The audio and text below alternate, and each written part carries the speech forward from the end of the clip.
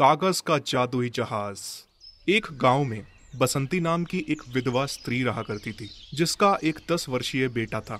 बसंती कागज के खिलौने बनाकर बाजार में बेचा करती थी।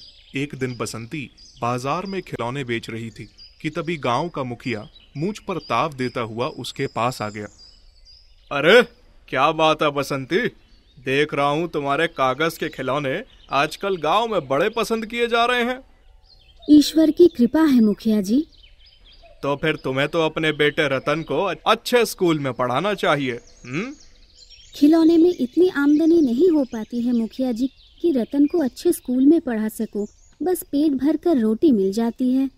तुम्हारे कागज के खिलौने गांव वाले तुमसे खरीद लेते हैं, तुम्हारे लिए यही बहुत बड़ी बात है, वरना तुम्हारे पति के काले कारनामों के बारे में कौन नहीं जानता। आप कहना क्या चाहते हैं मुखिया जी? यही कि तुम्हारा पति जादू टोना करता था। ये सब मेरे पति से जलने वालों ने अफवाह उड़ाई थी। मेरे पति तो साधु संत थे। मुखिया बसंती का मजाक उड़ाता हुआ वहां से चला गया। शाम के समय बसंती अपने घर चली गई। घर पर उसका बेटा रतन उससे बोला, माँ, मैं कल से स्कूल नहीं जाऊंगा। स्कूल में सब लोग मुझे चिढ़ाते हैं, कहते हैं तुम्हारे पिता जादू टोना करते थे। तुम्हारे पिता जादू टोना नहीं करते थे बेटा, बल्कि वो तो एक साधु थे। उनके हाथों में कुछ चमत्कारिक शक्तियाँ थी। अगर ऐसी बात है तो फिर लोग उनके ऊपर इल्जाम क्यों लगाते हैं? शायद वो सब तुम्हारे पिता को समझ ही नहीं पाए। उस रात बसंती अपने पति को याद करते करते सो गई। अगले दिन बसंती जब अपनी दुकान पर गई तो गांव में भीड़ जमा थी। बसंती एक व्यक्ति से बोली, अरे भाई, क्या हुआ? गांव में इतनी भीड़ क्यों जमा है और सभी लोग इतने डरे हुए क्यों हैं? तुम्हें पता नहीं है, अपने गांव में बाढ़ आने वाली है। मतलब? मौसम विभाग ने चेतावनी जारी की है कि समुद्री इलाकों के पास रहने वाले सभी गांव में भयंकर बाढ़ आ सकती है और हमारा गांव समुद्री इलाके के पास ही पड़ता है, इसलिए ज्यादातर गांव वाले गांव छोड़ने की तैयारी कर रहे हैं। लेकिन मैं कहीं नहीं जाने वाली। धीरे धीरे आधा गांव खाली हो गया। गांव में वही घर बचे थे जो बहुत करीब थे। बसंती अपनी दुकान पर जाने के लिए घर से बाहर निकली ही थी कि तभी गांव का मुखिया उसे फिर से मिल गया।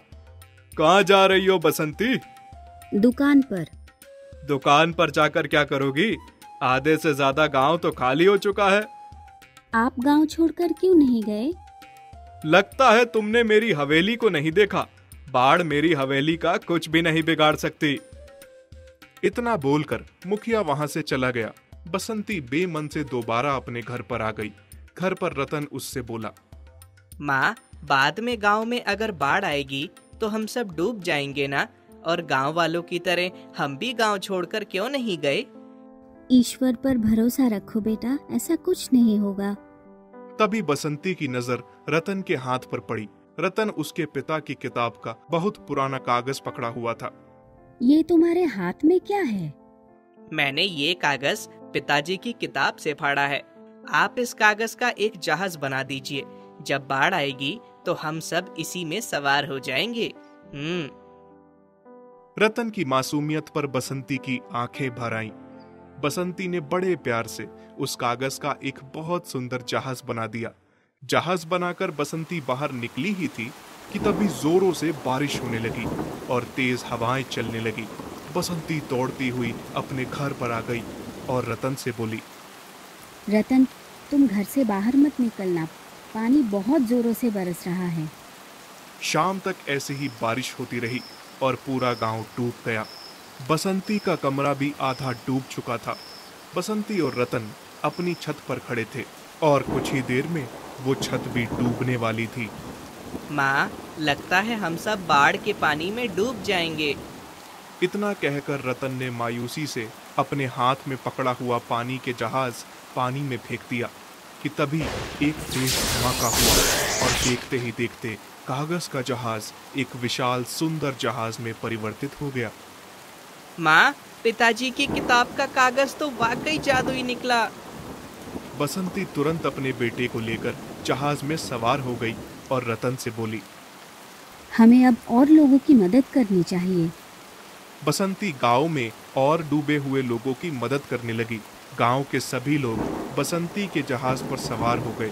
मुखिया छत पर हाथ जोड़कर बसंती से बोला, मुझे माफ कर दो बसंती, मैंने ही तुम्हारे पति के बारे में तरह तरह की बातें फैला रखी थी, क्योंकि मैं उससे अंदर ही अंदर जलता था।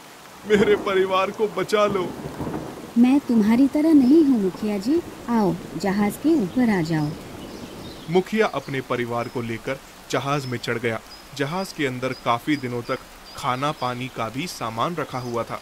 कुछ दिनों बाद बाढ़ का पानी उतर गया और सभी लोग अपने अपने घरों में वापस आ गए। मुखिया बसंती से बोला, एक बार मैं तुमसे फिर से माफी मांगता हूँ बसंती। मैंने तुम्हारा कितना अपमान किया, लेकिन उसके बाद भी तुमने मेरे परिवार की जान बचाई। मुसीबत में एक दूसरे के काम आना ही इंसान का फर्ज होता है मुखिया जी।